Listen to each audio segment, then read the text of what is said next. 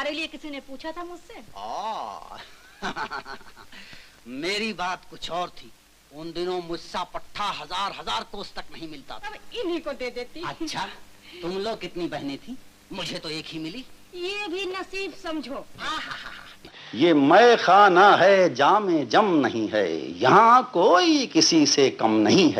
मेरी शक्ल सूरत तो आप जानते हैं, ऐन गैन सी है। कद्रदानों ने मुझे बना दिया विलन, बैड बॉय, खराब आदमी। एटम बम वालों का कार्तिक के महीने में ऐसा जाड़ा, कुल्फियां जम रही हैं। अरे खोलो, अरे दरवाजा खोलो। दश्त तो दश्त थे, दरिया भी न छोड़े हमने, बहरे जुल्मात में दौड़ा दिए घोड़े हमने। अपने जमाने के अफलातून मास्टर शिराज और चंद्रराव कदम के साथ विलन, पृथ्वीराज के डॉक्टर दीपक में जेलर और जयराज के स्वामी में याकूब भाई की कंजूस मक्खी चूस बाप के बुढ़े रोल मैं उसी जमाने में कर चुका हूँ। प्रेम अदीब भारत भूषण मियां नजीर, वास्ती पहाड़ी सान्याल, बेमिसाल गीता बाली, मधुबाला सुरैया, लाजवाब नरगिस, मेरे नारद के भगवान त्रिलोक कपूर और माता पार्वती निरूपा राय के दौर से गुजरकर जतेंद्र और राजेश खन्ना के साथ भी कुछ इसी तरह के किरदार कर रहा हूँ। हाँ, बेवकूफ लड़की। तेरी छाया पड़ने से तो मैं चंडाल बन ही जाऊंगा। चंडाल ने अच्छा, चल जल्दी से आग जला, सूखी धोती निकाल, नहीं तो हड्डियां सिकुड़ के एक हो जाएंगी। चल जल्दी कर, नहीं तो रोएगी अपने सुहाग को। जल्दी कर। दोस्तों, आज की इस वीडियो में आपकी ये दोस्त एक बार जोर देकर कहना चाहती है, और वो ये कि दुनिया की याददाश्त बहुत छोटी होती है और फिल्म संसार में जितनी चर्चा नायक को मिलती है या नायिकाओं को भी मिलती है, उतनी उनके सहकर कलाकारों को भी नहीं मिलती। पर जीवन साहब अभिनय के वो शीर्ष हैं, वो बुलंदी हैं जिनकी याद आपके मन में भले अब तक धुंधली पड़ चुकी हो, लेकिन ये वीडियो उन यादों को फिर से ताज़ा कर देगी। भीमसेन के दूसरे अवतार समझे जाते थे हम। देख लो, अभी तक ब्रह्म तेज कायम है। रहने दो। 100 जान से हो जाऊंगा राजी में सजा पर, पहले वो मुझे अपना गुनहगार तो कर लें। मैं ऐसा मानता हूं कि इंसान के हक में नेकी और बदी करने की बात पहले से ही निश्चित होती है और वो इसी के अनुसार अपनी जिंदगी में चलता रहता है। इसी असूल के तहत ज्यादातर विलन अपनी रोजमर्रा जिंदगी में अच्छे हैं, क्योंकि वो अपने बदी वाले हिस्से को कैमरे के सामने खर्च कर लेते हैं, बाकी नेकी ज्यादा बच जाती है रोजमर्रा जिंदगी के लिए।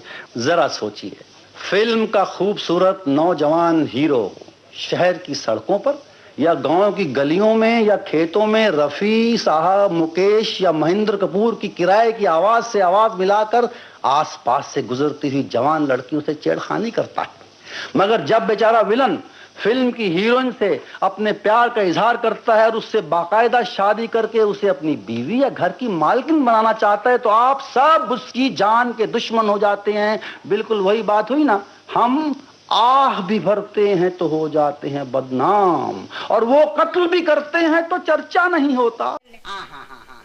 तो क्या हुआ? चलता है, सब चलता है, तुम नहीं जानती। दोस्तों, आज मैं बात करने वाली हूँ अपने ज़माने के जाने माने अदाकार अभिनेता जीवन साहब के बारे में। आज के इस वीडियो में जीवन साहब के कुछ संवाद सुनवाई जाएंगी जीवन साहब की बात, नफीस ज़बान, जिंदा दिल शख्सियत और बातें ऐसी कि दिल जीत ले। लाला, भीख में अगर जिंदगी भी मिले तो ना लूं, ये तो फिर भी पैसे हैं। अरे ये भीख नहीं है, तूने हमारी बच्ची हमसे दिलवा दी है, ले ले। जी हाँ दोस्तों, उनके पास थे कभी ना खत्म होने वाले किस्से। तो आइए दोस्तों, हम सुनते हैं उन्हीं की जुबानी। अपने फिल्मी करियर में जीवन साहब ने सैकड़ों फिल्मों में काम किया। नायकों की पीढ़ियां भले ही बदलती गईं, पर जीवन साहब की खलनायकी का मौसम कभी नहीं बदला। तुम्हारी उम्र तो बढ़ती जा रही है और अकल घटती जा रही है। बहुत अच्छी निशानी है। अरे भला सोचो तो सही, बुढ़ापे में अकल का बोझ कौन लाता फिरेगा। दोस्तों, जीवन साहब के फिल्म यात्रा के दो पहलू हैं, एक खलनायकी वाला, एक नारद की भूमिका वाला। न जाने कितने ही फिल्मों में जीवन साहब नारायण नारायण करते रहे। जमाना अगर नारद मुनि का कोई रूप जानता है तो वो है जीवन साहब की तस्वीर। क्या ज़ौक़ है, क्या शौक है, 100 मर्तबा देखा फिर भी ये कहूँ जलवाए जाना नहीं देखा। मैंने भी बहुत स्वांग भरे हैं। फिल्म लाइन में आया तो ओकेदार था, चला तो जीवन बन गया, और फिर कुछ ऐसी ऐसी हरकतें की कि किस्मत ने प्रोड्यूसरों के जरिए मुझे नारद ही बना दिया। कोई 35 फिल्मों में मैंने नारद का काम किया। नारद झगड़ा लगाने वाला नहीं, झगड़े को मिटाने वाला होता है। चोर से ये कहना चोरी कर, और चौकीदार से कहना है भाई होशियार रहना। बताइए ये कोई बुरी बात है? चलिए, मुझे इस बात का संतोष जरूर है कि मैंने नारायण की रट इतनी बार लगाई है, करोड़ों कानों में इतनी बार नारायण शब्द का रस टपकाया है कि भगवान मुझे नरक में भेजने की तो हिम्मत कर ही नहीं सकते। नारायण नारायण, लक्ष्मी, गंगा, सरस्वती और इन तीनों देवियों के बीच में घिरे हुए स्वयं नारायण। मगर ये ख्याल जरूर आता है कि मेरे बाकी यार दोस्त तो वही होंगे, मैं उनके बगैर स्वर्ग में बड़ा ही अकेलापन महसूस करने लग जाऊंगा। मैं अच्छा देखिए, हटाइए इन बातों को। भगवान शंकर की बारात निकली है, मैं नारद बना हुआ हूँ। आइए आप भी मेरे साथ बारातियों में शामिल हो जाइए और वही किराए की आवाज के साथ आवाज मिलाकर ये गाना गाइए। हो चले शंकर बाबा होके बैल पे सवार करके अनोखा सिंगार, चले बोले बाबा ब्याह रचाने। नई हीरो ने ममताज, शर्मिला टैगोर, बबीता के साथ भी वही हरकतें करना पड़ती हैं जो आज से पहले मिस बिब्बो, खुर्शीद, शांता अपने के मुकाबले में कर चुका हूं।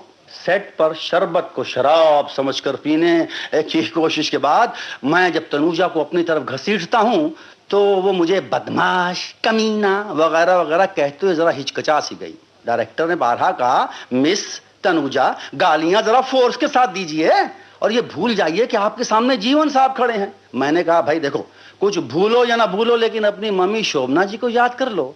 वो मुझे आज से 25 साल पहले ये सब खिताब अता फरमा चुकी हैं। भाई तब ना कुछ बिगड़ा था और अब भी कुछ नहीं बिगड़ेगा।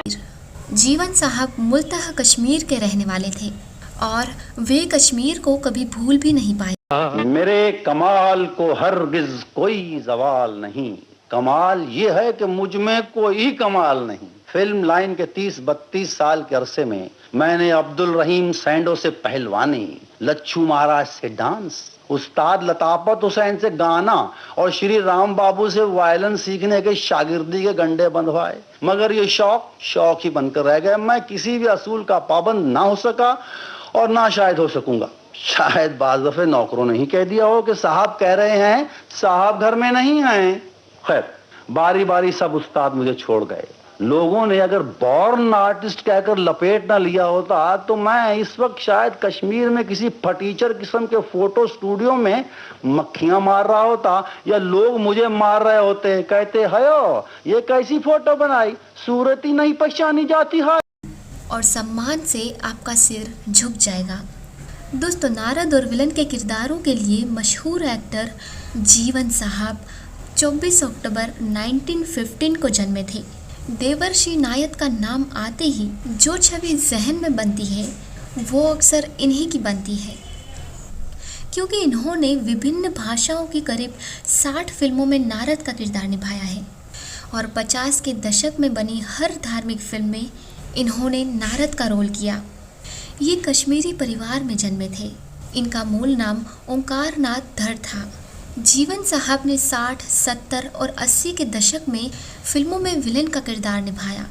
वो 24 भाई बहनों के बीच पले बड़े थे। जब ये 3 साल के थे तब इनके पिताजी का निधन हो गया था और इनकी माता का निधन इनके जन्म के साथ ही हो गया था। दोस्तों, मशहूर एक्टर किरण कुमार जीवन साहब के बेटे हैं। जिन दिनों फिल्मों में काम करना अच्छा नहीं माना जाता था, उन दिनों जीवन साहब सिर्फ 26 रुपये लेकर मुंबई में एक्टर बनने आए थे। उस समय उनकी उम्र सिर्फ 18 साल की थी। उन्हें पहला जॉब मोहन सिन्हा के स्टूडियो में रिफ्लेक्टर पर सिल्वर पेपर चिपकाने का मिला था। इसी दौरान एक्टिंग में उनकी रुचि देखकर पहली ही बार उन्हें फिल्म फैशनेबल इंडिया में रोल मिला था। दोस्तों, 10 जून 1987 को जीवन साहब ने इस फानी दुनिया को अलविदा कह दिया। मुझे याद है कॉलेज में छुट्टियों के दिन थे, बंबई नगरी देखने का विचार हो गया और सोचा कि फोटोग्राफी में थोड़ी सी और महारत पा जाऊं ताकि अगले बरस बीए पास करने के बाद कश्मीर में एक फोटो स्टूडियो चलाने में जरा और आसानी हो जाए। आया तो था कैमरे के पीछे खड़ा होकर काम करने और पहुंच गया कैमरे के सामने। मतलब ये है कि फोटोग्राफर तो ना बन पाया, एक्टर जरूर बन गया। ये कैसे हुआ मैं मुख्तसरन आपको सुनाता हूँ। बंबई में मेरे बड़े भाई मरहूम डार कश्मीरी साहब रहा करते थे। उन्होंने अपने जिगरी दोस्त और मेरे मोहतरम डीएन मधोक साहब से कहकर मुझे एक फिल्म कंपनी में फोटोग्राफी में और तजुर्बा हासिल करने की खातिर लगवा दिया। नई भाषा, नए नए लोग, स्टूडियो की हैरत अंगेज एटमॉस्फेयर, भाई मैं तो बुखला जैसा गया। दूसरी तरफ फोटोग्राफी का तजुर्बा जो मैं हासिल करना चाहता था, मैंने महसूस कर लिया कि ये कोई खाला जी का घर नहीं। उस स्टूडियो में दाखिल होने के 1.5 महीने बाद जब मेरे कॉलेज की छुट्टियों में सिर्फ 13 दिन बाकी रह गए, आखिरकार मुझे एक इम्पोर्टेंट काम मिल ही गया। ख्याल रहे इस बात का कि मैं अभी तक फोटोग्राफी सीखना तो दरकनार कैमरे को हाथ भी नहीं लगा सका था। हाँ, तो वो इम्पोर्टेंट काम था प्लाईवुड के 2 रिफ्लेक्टरों पर सिल्वर पेपर लगाकर उन्हें साए में सुखाना। कंपनी के कंपाउंड में एक घना सा आम का पेड़ हुआ करता था। वहां पहले से ही एक नई तैयार की जाने वाली फिल्म की टीम जमी हुई थी। सब के सब नए थे, बिल्कुल रंगरूट। मैंने सुन रखा था कि यूपी पंजाब के लड़के हैं और थोड़े ही दिनों पहले भर्ती हुए हैं। 2 या 4 लड़कियां भी थीं। सब लड़के पृथ्वीराज या इंडियन डॉगलस मास्टर विट्ठल और लड़कियां बनना चाहती थी दुर्गा खोटे या कम से कम उमा शशि। वाह रे जमाने। कहानी के किसी सीन की रिहर्सल चल रही थी। मैं भी टाइम पास करने के इरादे से खड़ा हो गया।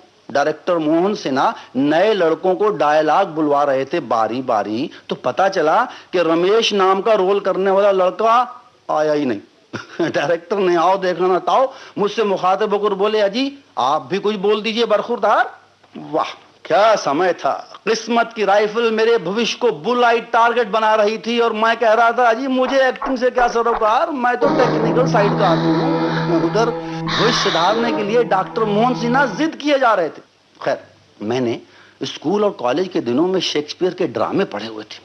इसके अलावा कॉलेज में बहुत से फंक्शनों के मौके पर जनाब आगा हशर और पंडित बेताब के खेल भी स्टेज पर करने में मैं हिस्सा ले चुका था। तो बस सिर्फ दिल बहलाने की गरज से मैं शुरू हो ही गया। बेताब जी की महाभारत में दुर्योधन चौसर में पांडवों को जीत कर कहता है ना, क्या कहता है? बहुत कुछ कर लिया राम मखमल के गदेलों में, सुलाऊंगा तुम्हें या पत्थरों में और ढेलों में, सरे दरबार खिदमत में हर एक बांधे कमर होगा, किसी के हाथ में बल्लम कोई करता चमर होगा। रंग जमता हुआ देखकर मैंने नाटक को जारी रखते और आवाज को पुरदर्द बनाकर आगा हशर साहब का नेक परवीन में से एक शेर कह डाला। वो है, अरे बेनवा उठ अपने शहीद अदा को देख, ओ बादशाह हुस्न भला हो गदा को देख, मेरी तमाम ख्वाहिशें दुनिया को छोड़कर अब सामने खड़ी है तेरे हाथ जोड़कर। ये कहते कहते मेरी दाईं आंख जो सब हाजिरीन को दिखाई दे रही थी जनाब, उससे तो मूसलाधार आंसू बह रहे थे क्योंकि रिफ्लेक्टरों की रोशनी अब काफी तेज हो चुकी थी। खत्म होते ही एक सन्नाटा सा छा गया और फिर वाह वाह वाह वाह वाह वाह की आवाजें बुलंद हो गई। डायरेक्टर साहब ने मुझे गले से लगा लिया, कहने लगे, बरखुरदार अरे तुम तो बॉर्न आर्टिस्ट हो, फिल्म में एक्टिंग करो, मैं तुम्हारी लाइफ बना दूंगा, फोटोग्राफी को मारो गोली। कहो दोस्तों है ना किस्मत का खेल। मैं एक्टर बना दिया गया। फिल्म थी फैशनेबल इंडिया 1936 की बेहतरीन तस्वीर। ये होता है विधि का लेख और भगवान की माया। अच्छी तरह साफ करो, छमक आना चाहिए।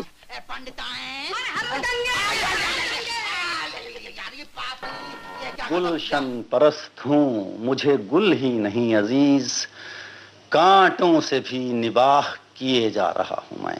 दिलीप कुमार से लेकर जॉनी वॉकर, सुनील दत्त से लेकर राजेंद्र नाथ और राजेंद्र कुमार से लेकर महमूद तक मैंने सबसे तलवारें लड़ाई और उनका फिल्मी बाप बनकर उनके दिलों में मोहब्बत के फूल भी खिलवाने की कोशिश की।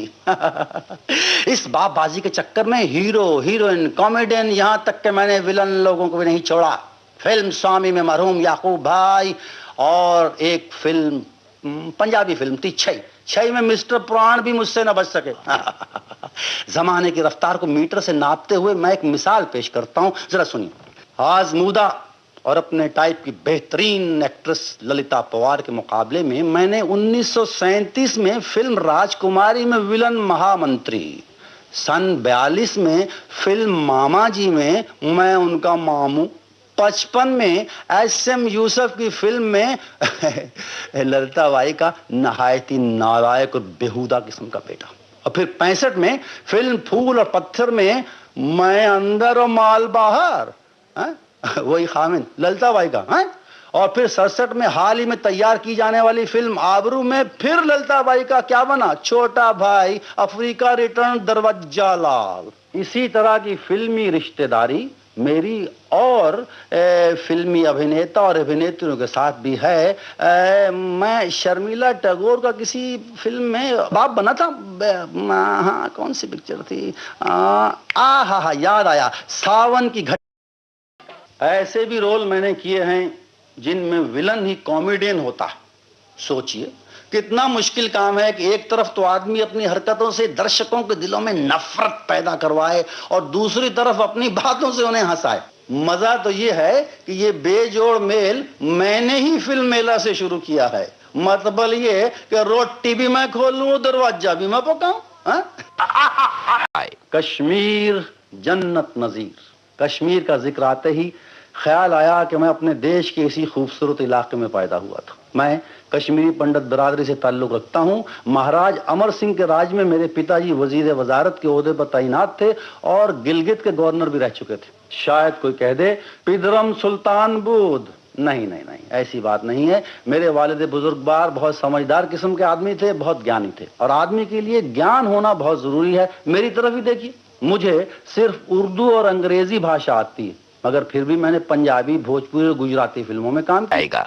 दोस्तों, बात बाहर ना जाए, मैं और मुझ जैसे बहुत से एक्टर और भी हैं जो स्टार नहीं, स्टार से आजकल मतलब है कि जिनको मिन्नत खुशामद से प्रोड्यूसर अपनी फिल्म में काम करने को राजी करता है और फिर उस बेचारे की गाड़ी चलती है। हम हैं कैरेक्टर आर्टिस्ट, यानी मुख्तसर जबान में CA। और भी सलीस हो जाइए, C से बंबई की बोली में हुआ कांदा, कांदा यानी प्याज, और A से हुआ आलू। ये दोनों तरकारियां हर मौसम में मिलती हैं और रसोई घर में और खाने की टेबल पर इनका होना बहुत जरूरी है। और इनका भाव भी कभी 10 नए पैसे इधर और कभी 5 नए पैसे उधर से ज्यादा नहीं होता। हम कैरेक्टर आर्टिस्ट रसदार मौसमी आम या खुशबूदार खरबूजे नहीं कि 20 रुपए दर्जन से गिरकर 1 रुपए के 20 बिकने लग जाएं। कहने का मतलब क्या है आप अच्छी तरह समझ सकते हैं, मगर शर्त सिर्फ इतनी है भाइयों कि बात बाहर ना जाए, वरना